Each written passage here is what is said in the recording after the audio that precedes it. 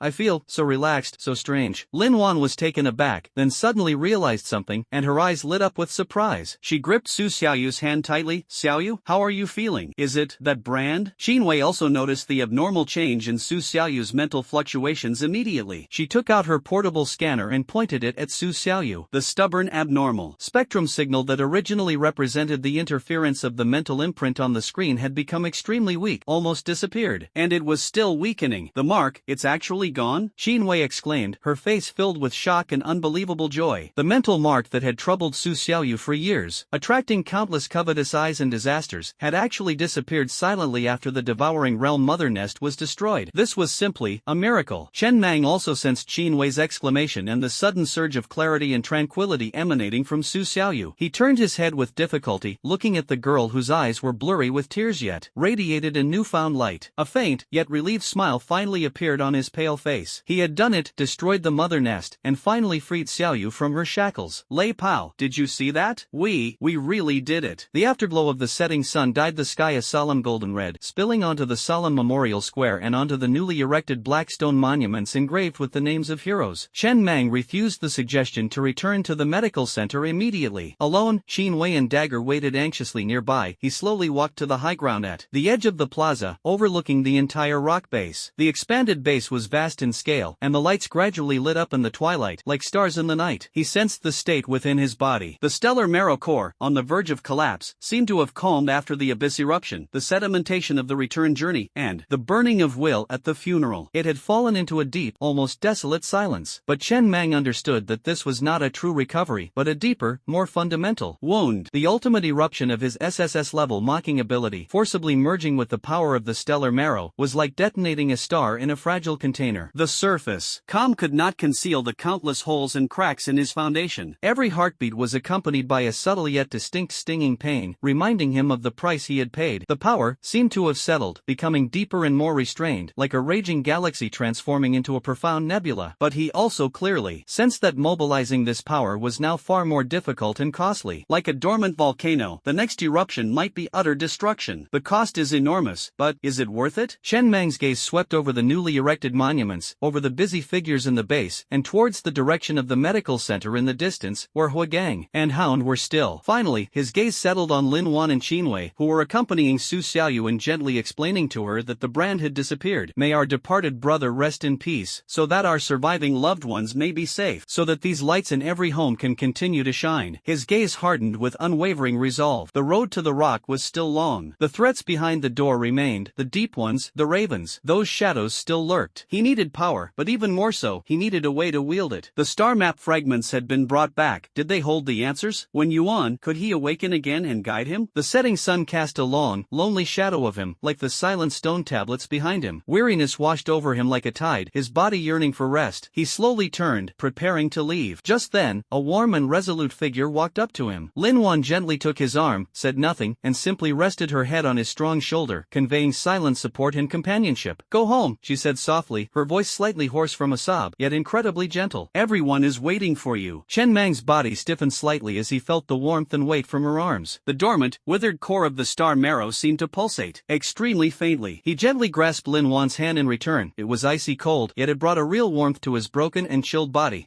He responded softly, his voice hoarse and tired, yet carrying a sense of calm after everything had settled. He took one last look at the base and the stone tablet bathed in the blood-red sunset, and with Lin Wan's support, he walked slowly but firmly toward the warmly lit core of the base. Stardust returns home, but the rock remains forever. A new journey is already under our feet. The Siberian chill seemed to have arrived on the journey home, lingering in every inch of the air at the rocky base. The wind whipped up scattered snowflakes, lashing against the ever-imposing, expanded metal walls with a low, mournful groan. The embers of victory had long since cooled, leaving only a bone-deep weariness and an inescapable sorrow. In the memorial square, 3 brand-new black stone monuments stood silently, like 3 unhealed scars piercing the heart. Deep within the medical center, the low, menacing alarm was deliberately muted, yet its sound acted like an invisible string, taut on everyone's nerves. Pale blue life-sustaining fluid enveloped Chen Mang's withered body. He lay quietly in a specially designed life support pod, his face as pale as the laboratory walls, his eyes sunken, his once resolute features now fragile, as if they could crumble at any moment. Countless tubes connected to his body, continuously supplying life-sustaining medications and a weak biocurrent into this collapsing physique. Qinwei stood before the observation window, her fingertips unconsciously tapping the cold metal frame, her gaze fixed on the waterfall-like stream of data refreshing on the screen. The area representing the core energy of the star marrow was a glaring dark red, and the three-dimensional image of the core structure was riddled with jagged, spiderweb-like cracks. Each faint heartbeat was accompanied by subtle ripples representing the dissipation of energy. On another screen beside her,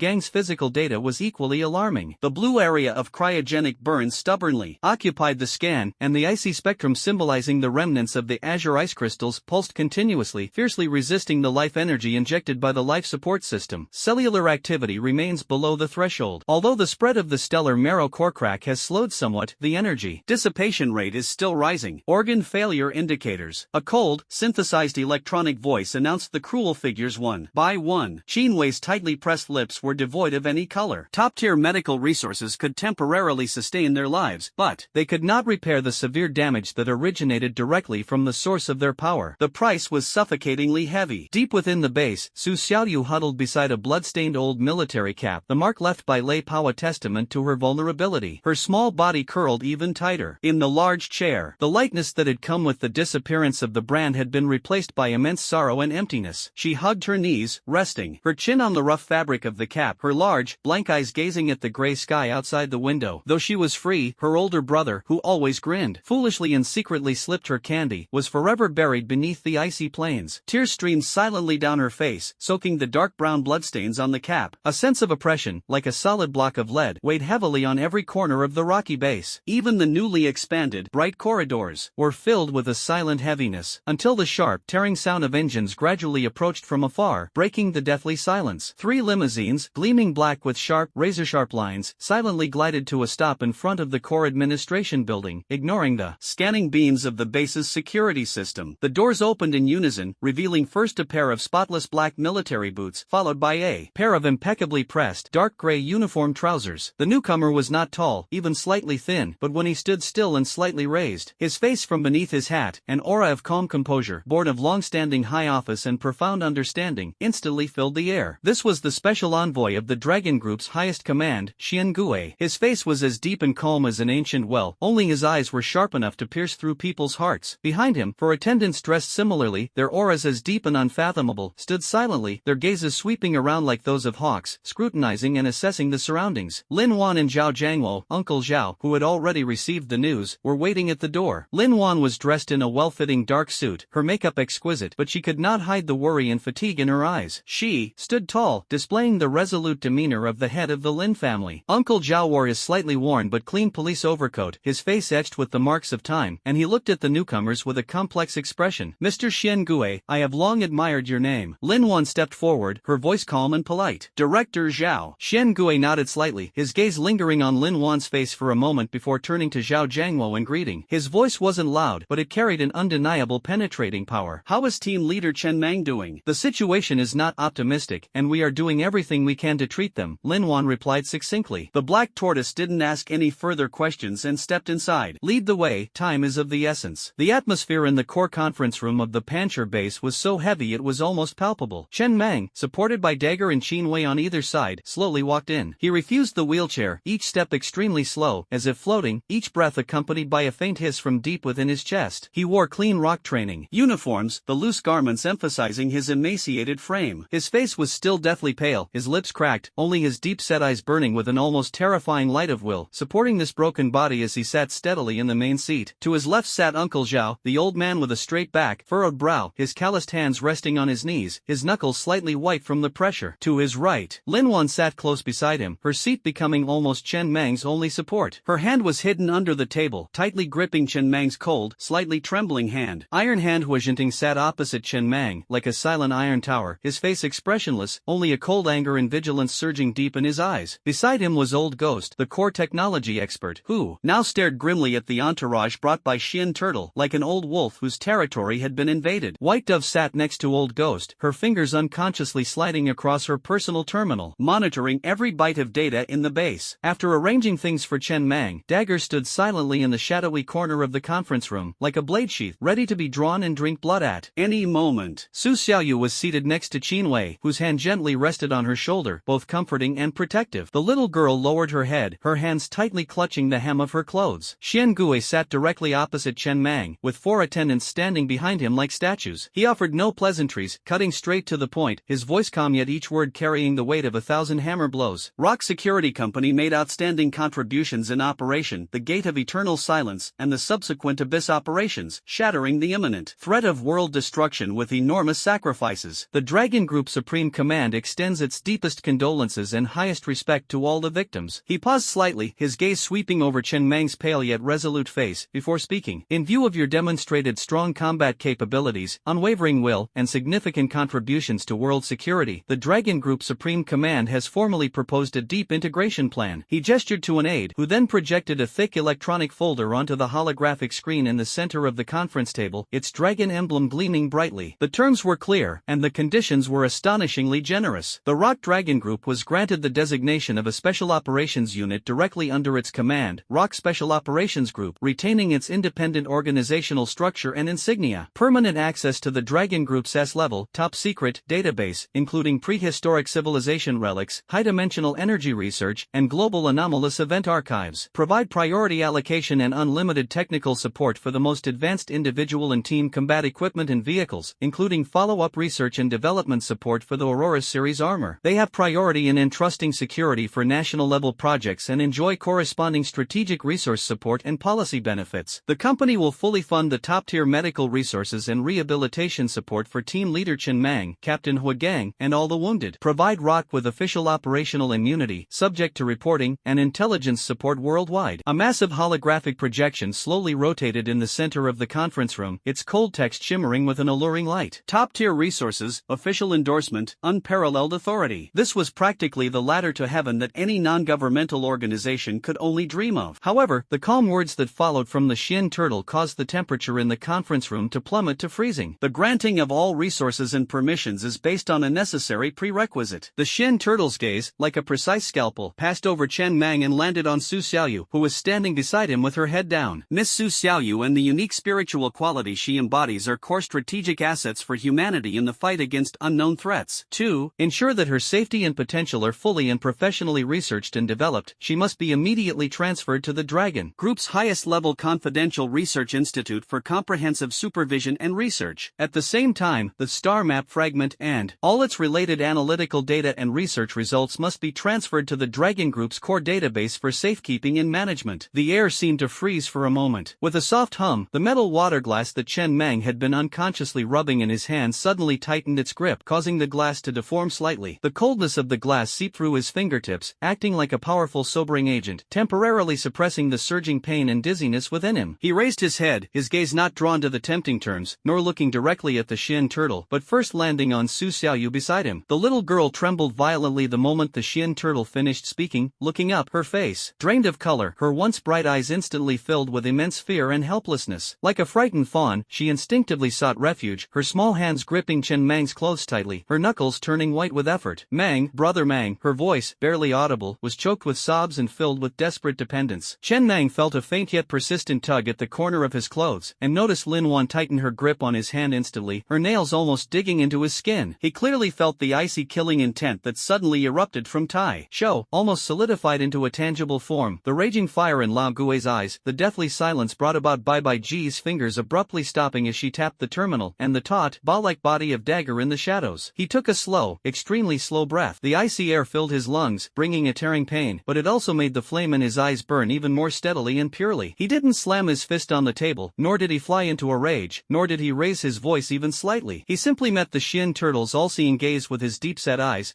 burning with willpower. Mr. Xian Gui. Chen Mang's voice was hoarse, like sandpaper rubbing, yet it carried a strange penetrating power, clearly echoing in the conference room where it was so quiet you could hear a pin drop. I see the Dragon Group's sincerity. These resources are what Panshur needs, and what my brothers need. He paused, his gaze sweeping over the dazzling terms on the screen. There was no greed in his eyes, only deep weariness and insight. Cooperation is negotiable. His voice suddenly turned deep, each word like a heavy boulder striking the ground, crystal clear, carrying an undeniable resolve. But hand over the small fish. Chen Mang's gaze fell once again on the small figure beside him, trembling and clutching his clothes tightly. The steely coldness in his eyes melted slightly, replaced by an almost tragic protectiveness. Absolutely absolutely impossible. He raised his head and looked directly at the Shin Turtle again, his eyes sharp as a blade cleaving through the mist. She is our family. From the moment we found her in Wuton Lane, she has been an inseparable part of us. Her fate and her future can only be decided by herself and by us, her family, who are willing to protect her with our lives. He leaned forward slightly, his withered body seemingly bursting forth with immense strength, supporting him as he nailed each word to the air. Give up your family in exchange for power? Chen Mang managed a faint, almost imperceptible, smile, a smile tinged with endless mockery and desolation, devoid of any genuine joy, only chilling coldness and resolute determination. If the Dragon Group insists on this, then cooperation is out of the question. We are as solid as a rock. We would rather shatter here than cross this line. The resounding words echoed in the conference room, their lingering echoes resonating in everyone's ears. I'm not going to the lab. Su Xiaoyu suddenly raised her head, tears streaming down her face. Her voice was sharper and more courageous than ever before. She stared intently at the Shin Turtle, her small body trembling violently with excitement. I want to stay with Brother Mang. I want to stay with Sister Wan, Sister Qin, Uncle Taizo, Uncle Laogui, everyone. I'd rather die than go. That's right. Iron Hand suddenly stood up, his tall body as indestructible as an ice wall. He didn't say much, his cold gaze like a solid ice spike piercing straight at the Shin Turtle and his followers. Old Gue slammed his fist on the table, causing the terminal to vibrate. Bullshit. Xiaoyu is our daughter. Anyone who dares to touch her, I'll risk my old bones. Bai Ji's fingers typed the final command on the virtual keyboard, and an invisible energy barrier instantly enveloped the entire conference room, severing all internal and external signals. He adjusted his glasses, his eyes cold behind the lenses. Data security protocol activated. Members of the Dragon Group, in rock, data, and people have their own place. Dagger silently stepped forward from the shadows, standing diagonally behind Chen Mang's chair, his hand casually resting on his waist. He didn't utter a word, but his silent aura was more threatening than any roar. Uncle Zhao sighed deeply, then slowly spoke, his voice filled with the vicissitudes of time and an undeniable strength. Comrade Shin Gue, if I may be so bold, Xiaoyu has a hard life, but a kind heart. She calls Chen Mang brother and me Uncle Zhao, so she's our own daughter, our own granddaughter. What are we soldiers and policemen shedding blood and sweat for? Isn't it to protect our families, to protect the old and young in our homes? Today, we can't even protect our own children, handing them over for our future? Is this what you call protection? I, Zhao Jiangwo, will never swallow this. Lin Wan didn't speak, but simply gripped Chen Mang's hand tightly, her gaze fixed firmly on the Shin Turtle, silently declaring the Lin family's stance and her resolve. Silence, a suffocating silence, enveloped the entire conference room. The usually placid expression on Shin Gui's face finally showed a barely perceptible ripple. His gaze slowly swept over Chen Mang's withered yet upright spine, past Su Xiaoyu's tear-streaked yet still stubborn face, through the burning flames in the eyes of Iron Hand, Old Ghost, White Dove, and Dagger, then caught a glimpse of the heartache and resolve in Zhao Jiangwo's eyes, and finally settled on Lin Wan's unwavering gaze. What did he see? It was not greed, not cowardice, nor a thirst for power. What he saw was a wall. It was a wall of flesh and blood, built from countless wounded bodies, broken and rebuilt souls, and a belief called family. This wall might be crumbling, it might be full of cracks, but it stood there firmly, silent yet indestructible. Any attempt to cross or dismantle it would be met with the most devastating and resolute counterattack, until one side was reduced to dust. Can the Dragon Group destroy this wall? Perhaps. But what will be the cost? What will be lost? A complex emotion flickered deep within the Shin Turtle's eyes, a mixture of scrutiny, assessment, and even a barely perceptible stirring. The entourage behind him tensed subtly for a moment. Time ticked by, and only suppressed breathing and Su Xiaoyu's low sobs filled the conference room. Finally, the black tortoise slowly closed its eyes, then opened them again a moment later. The subtle ripple disappeared, restoring the calm of a deep pool, but the meaning it contained was completely different now. He raised his hand and gestured to the entourage member behind him who was operating the holographic screen. On the screen, the terms regarding the transfer of Su Xiaoyu and the star map fragments flickered for a moment, then vanished completely as if a piece of paper had been thrown into a raging fire. Team leader Chen Mang, Shin Gui's voice remained steady, but it lacked some of the formulaic coldness and instead carried an indescribable solemnity. The Dragon Group's supreme command acknowledges and respects the independent will and core principles of the ROC Special Operations Team.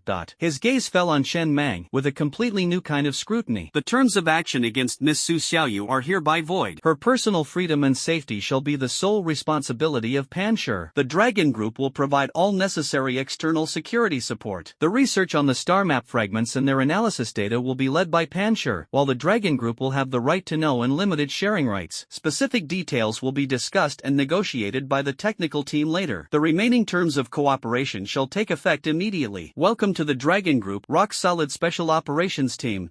The invisible pressure suddenly eased. Su Xiaoyu's tense body suddenly went limp, collapsing onto the conference table, her shoulders heaving violently. violently. A suppressed sob finally erupted, a release of relief after surviving a near-death experience. Lin Wan held her tightly. Iron Hand slowly sat back down, his tense muscles gradually relaxing, but his eyes remained alert. Old Ghost snorted heavily and turned his face away, but his clenched fist loosened. White Dove tapped her finger on the terminal to remove the signal jamming. The figure of the dagger re-entered the shadows of the corner, as if it had never left. Uncle Zhao let out a long sigh of relief. His tense shoulders slumped, and he leaned back in his chair, a tired yet gratified look on his face. Chen Mang's straight back swayed almost imperceptibly when he heard the last sentence. The immense will that had sustained him seemed to vanish instantly, leaving only boundless exhaustion and a surging, excruciating pain deep within his body. Cold sweat instantly soaked through the stray hairs on his forehead. He gritted his teeth and persevered, not collapsing. He merely nodded very slightly at the Xian turtle, letting out a muffled and hoarse response. The cooperation was reached, but what Panshur gave and what it protected is clear to everyone. The subsequent processes were significantly accelerated. Specific matters such as resource integration, personnel reorganization, and access authorization were initially coordinated between Lin Wan, Qinwei, Lao Gui, Bai Guo, and others with the Dragon Group's entourage. The cold electronic agreements flowed and were confirmed on the virtual screen, leaving an imprint of both parties' identities. The people in the conference room gradually dispersed. The Dragon Group members left with mixed emotions. Lin Wan, supporting the slightly calmer but still weak Su Xiaoyu, walked towards the medical area to rest, accompanied by Qinwei. Iron Hand, Old Ghost, and Dagger also left, the air filled with the exhaustion of a major battle. In the end, only Chen Mang and Uncle Zhao, who silently stayed by his side, remained. The last rays of the setting sun streamed through the huge floor-to-ceiling windows, casting a long, gaunt shadow of Chen Mang onto the cold, smooth floor. He sat alone in the main seat of the empty conference room, the cold wind howling outside, carrying snowflakes that pounded against the glass. The screen displaying the agreement still flickered faintly in front of him, symbolizing that the rock had entered a new stage, backed by a powerful force, but inevitably bringing with it deeper constraints. Chen Mang's gaze, however, did not fall on the screen. He slightly hunched his back, which he had been forcing himself to stand upright, and his left hand unconsciously pressed against his chest, which was racked with excruciating pain, his knuckles turning white from the force. Every breath he took was accompanied by a tearing pain in his internal organs. He won, preserving the freedom of the little fish and protecting the soul of the rock. However, the physical toll is only just beginning to take its toll. The wind and snow outside the window seemed to be getting fiercer. He closed his eyes, feeling the star marrow core within his body, which was like cracked glass that could shatter completely at any moment, and the power deep within the core that was becoming more profound and unpredictable due to overexertion. The road ahead remains shrouded in mystery. When that withered body floated in the life-sustaining fluid, Qinwei's fingertips danced gracefully in the torrent of energy. Repair the cracks in the stars. The price is that every heartbeat feels like being burned to ashes. In the next ward,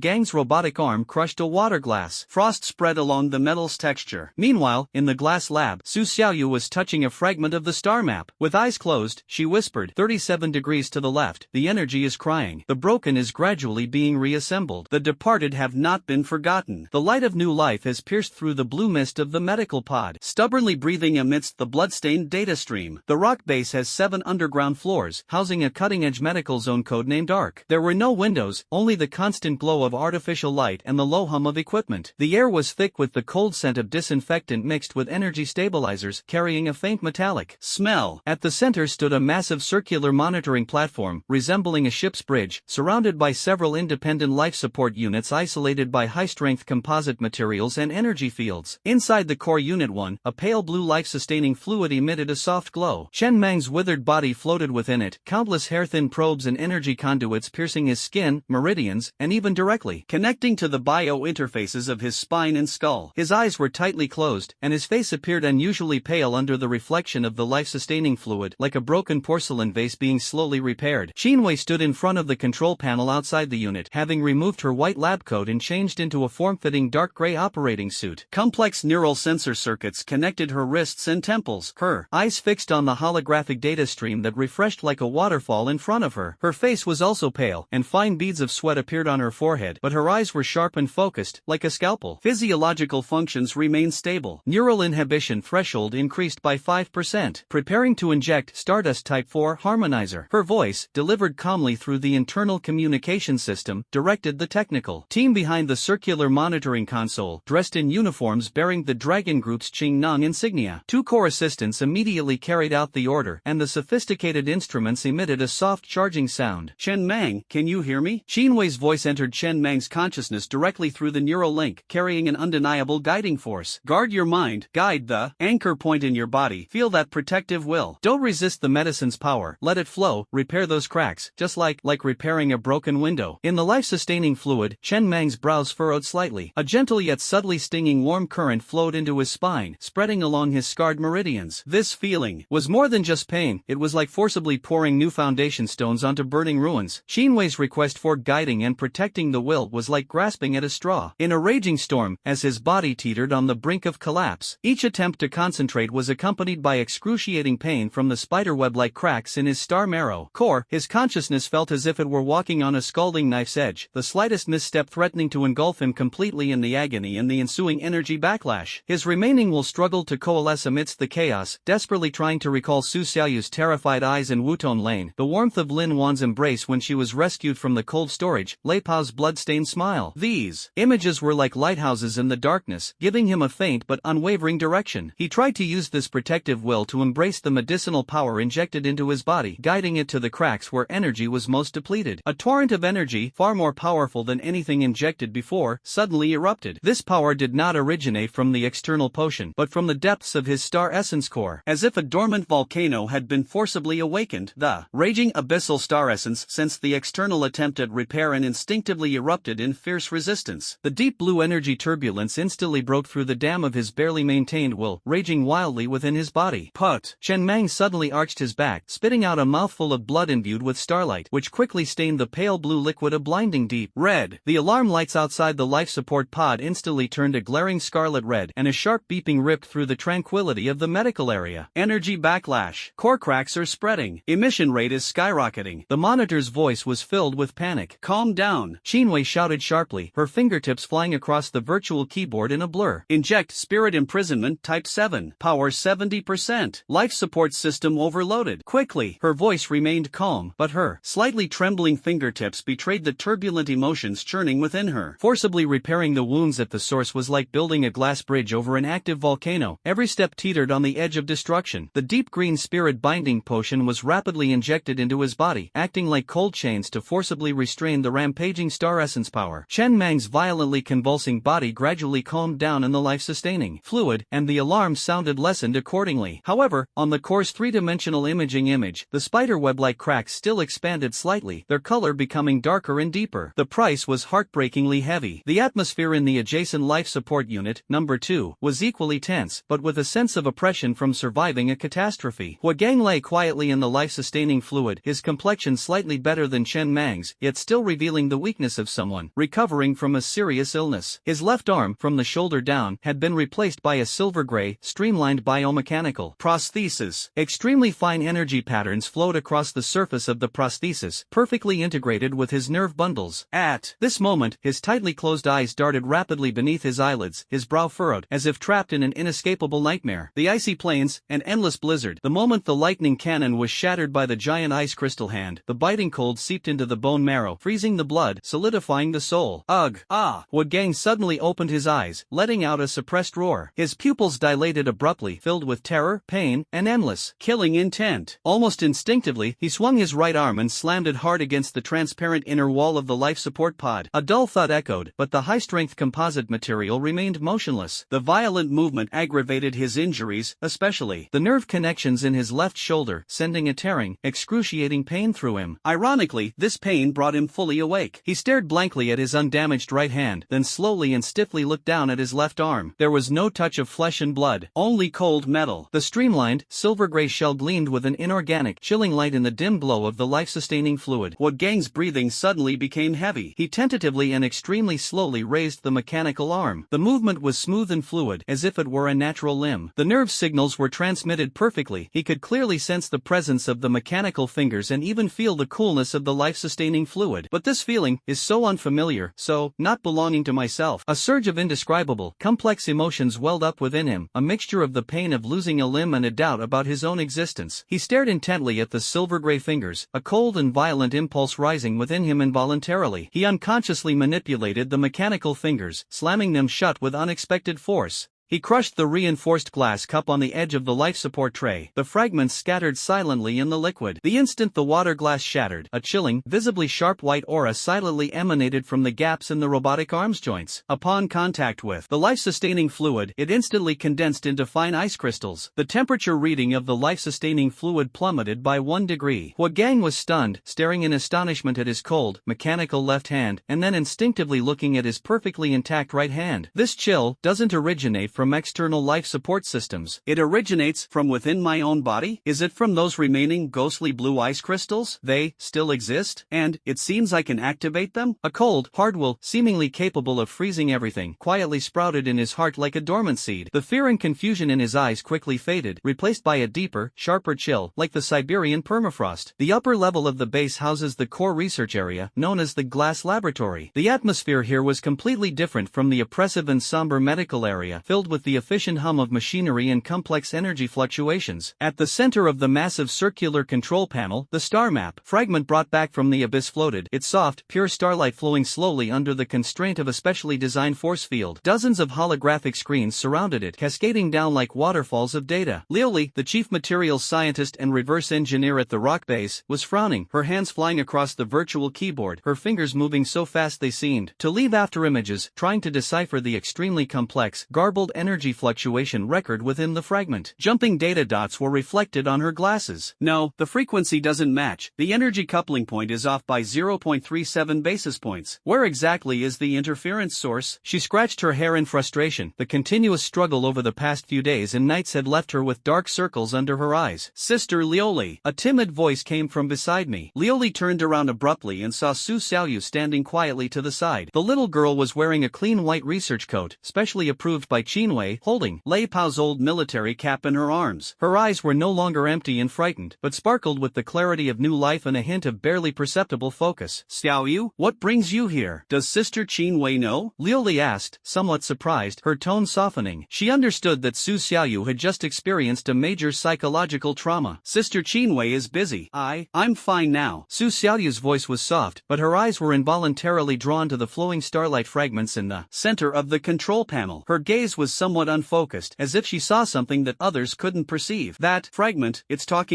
Speak? Liuli was stunned for a moment. Su Xiaoyu took a few steps forward, and under Liuli's surprised gaze, she stretched out her slender fingers and carefully touched the outer wall of the transparent force field that enveloped the fragment. Her fingertips did not actually touch the fragment, but rather sensed it from a distance. The instant her fingertips touched the force field, her clear eyes suddenly widened, and countless tiny starlight seemed to flow and recombine deep within her pupils. Left-hand rotation, 37 degrees, Su Xiaoyu murmured to herself, her voice carrying a strange ethereal quality. The coupling point of the third energy circuit is offset, not 0.37, it's 0.372, because something here is crying. Her little hand unconsciously slid across the virtual control screen beside her, pointing to the waveform area that Liuli had just marked as high noise interference. It's here, it's interfering, it's so sad, like what Brother Lei pouted at the end. Su Xiaoyu's voice lowered, tinged with a sob, but her finger landed precisely on the core node of the interference source that Liuli had been searching for. At the same time, the offset value she reported was more accurate to 3 decimal places than the measurement result of Liuli's most precise instrument. Liuli was utterly shocked. She lunged at the screen and quickly entered the correction parameters according to Su Xiaoyu's instructions regarding the nodes and offsets. The chaotic, tangled energy waveform on the screen instantly became clear and smooth after the parameter input was corrected. The previously blocked data stream was suddenly unblocked. A key piece of information about a low-frequency mental resonance pattern of the World Eater was successfully decoded and displayed on the screen. My God! Liuli gasped, turning sharply to look at Su Xiaoyu, her glasses nearly falling off. Xiaoyu, how did you do that? This was far beyond mere sensory perception. It was practically direct reading of high-dimensional energy information. Su Xiaoyu withdrew her finger, her eyes regaining their clarity. She looked at Liuli's excited face with a somewhat blank expression. I don't know, I just feel the light from the fragments is telling me. She looked down at her finger, then at the flowing starlight fragments, her eyes filled with curiosity and a sense of newfound power that she herself had not yet noticed. The shackles of the brand were removed, releasing a perceptual talent far beyond imagination. At the entrance passage of the base, large transport vehicles emblazoned with the Dragon Group emblem slowly drove in, unloading crates of precision instruments, tightly sealed special materials, and equipment, cases gleaming with a brand new metallic sheen. Logistics personnel in rock-solid uniforms and Dragon Group escorts handed over the supplies in a tense but but orderly manner. Inventory complete. 12 Swarm 3 tactical drones, along with their maintenance modules. Signed for receipt. 20 tons of base materials for Aurora 3 energy-resistant armor, and 12 sets of special energy cores, accepted. The temporary access port for the Dragon Group's S-level database has been deployed and the access key has been handed over. The sounds of handover echoed, breaking the silence of the base and bringing new vitality. Brand new equipment stood side by side with the old facilities of the rock base, which were marked by the ravages of war, creating a unique scene of old and new alternating and blending together. At the edge of the training field not far away, Iron Hand Huajinding stood with his arms crossed, like a cold reef, silently watching the movements in the field. A team of Dragon Blood Squad members, wearing brand new rock training uniforms but still bearing obvious Dragon Group characteristics in their movements, were conducting basic physical recovery training. Their movements were standard and neat, their eyes sharp, yet a hint of scrutiny and aloofness was faintly revealed in them. On the other side, several veteran members of the rock team, including Dagger whose arm was still in a sling, were also doing rehabilitation training. Their movements might not be perfect, but their gazes were deeper, revealing a murderous aura and resilience that had crawled out of mountains of corpses and seas of blood. Occasionally, the two groups' eyes would meet, and a silent contest and subtle tension filled the air. Iron Hand remained expressionless, knowing that truly forging this elite group, flowing with dragon blood into bones and souls of rock, would still require the tempering of time and blood, and even more so, the unifying power of Chen Mang. At this moment, their leader was still immersed in life-sustaining fluid, waging a tug-of-war with the forces of death and destruction. He withdrew his gaze, looked towards the core of the medical area, glanced again at the tightly closed gate of the research area, where Su Xiaoyu and Liuli were hidden, and finally his gaze fell on the three silent black stone monuments in the distant memorial square. The light of new life pierces through the gloom, but the past has not been forgotten, and the road ahead continues to stretch further and further away amidst the clash of blood and steel. As Chen Mang's blood-stained gauntlet slammed into the Dragon Group emblem, the hoarse declaration tore through the cold wind of the training ground. If you want to wear this skin, you have to learn to die standing up with your spine first. Iron Hand kicked the green recruit into the icy pool where the temperature was minus 50 degrees Celsius. The first frost flower is forming on the thorny mechanical prosthetic limb. Lin Wan handed over hot tea to comfort the weeping new recruit's mother. My fingertips glide over the astronomical final payment figure in the contract. At this moment, the dormant star marrow within Chen Mang's body began to sink, like frozen magma slowly seeping into cracks in the Earth's crust. No one noticed the sudden disappearance of the energy peak on the medical screen. No one noticed the satellite in low Earth orbit. It quietly removes its optical camouflage and emits a low hum. The expanded sharpening blade comprehensive training ground at the Panchur base. The cold wind was still biting, swirling up fine snowflakes from the ground. It slapped the faces of the people standing in solemn rows. But today, the air felt more somber and scorching. A simple platform was erected in the center of the venue. In front of the platform, a huge flag bearing the emblem of a rock fluttered in the wind. A sharp sword pierces the nebula, with the inscription Rock Security engraved below. Right next to this familiar flag, a brand new, equally enormous flag has just been unfurled. A deep navy blue background with a majestic golden dragon head emblem at the center. The smaller print below reads, Dragon Group Direct Subordinate Rock Special Operations Group. Beneath the flag, two groups of people stood clearly separated. On the left, the core members of the Rock Foundation. Iron Hand Fok Chunting stands at the very front. Like a peerless, deadly blade drawn from its sheath, its icy gaze swept across the entire scene. Behind him were Dagger, whose left arm was still in a sling, Old Ghost, and White Dove. There are also dozens of veteran team members who have experienced bloody battles in the abyss, bearing scars, or wrapped in bandages. They were as silent as mountains, their gazes resolute, filled with the murderous intent and indomitable will that permeated the air of gunpowder. They resembled black boulders that had been polished over time. On the right is the newly joined Dragon Blood Squad. 20 people. They were all wearing brand new, crisp rock standard training uniforms. His posture was as upright as a javelin, and his eyes as sharp as an eagle's. His movements were swift and efficient, carrying the agility unique to the Dragon Group's elite and a hint of barely perceptible superiority. They stood equally straight, but that straightness, more like a standard calibrated by precision instruments. They lacked the vitality of the veteran players, the vitality that came from crawling out of mountains of corpses and seas of blood, the vitality that carried the scent of blood. The team leader, codenamed Eagle Eye, sharply scanned the opposite side with a scrutinizing expression. At the edge of the training ground, the Shin Turtle stood with its hands behind its back, watching everything with an expressionless face. Behind him, several members of the Dragon Group stood quietly. Lin Wan, Qinwei, Zhao Jiangwo, Luli, Su Xiaoyu, and others were also in the viewing area. Lin Wan's gaze remained fixed on the figure slowly walking up from the side and rear of the platform. He refused all offers of assistance and, alone, slowly ascended the platform step by step. His steps remained steady and slow, each one making a dull thud. On the metal steps, each each strike seemingly striking the hearts of everyone present. He wore his slightly faded, old-fashioned rock combat uniform, over which he wore a black rock overcoat, making his figure appear even thinner. His face was still pale, his lips tightly pressed together, and fine beads of cold sweat appeared on his forehead, but his eyes shone exceptionally brightly, like stars twinkling in a cold night, burning with an indomitable will. He walked to the center of the platform and stood beneath two enormous flags. The cold wind whipped the hem of his coat, making it flutter loudly. He first turned towards the representatives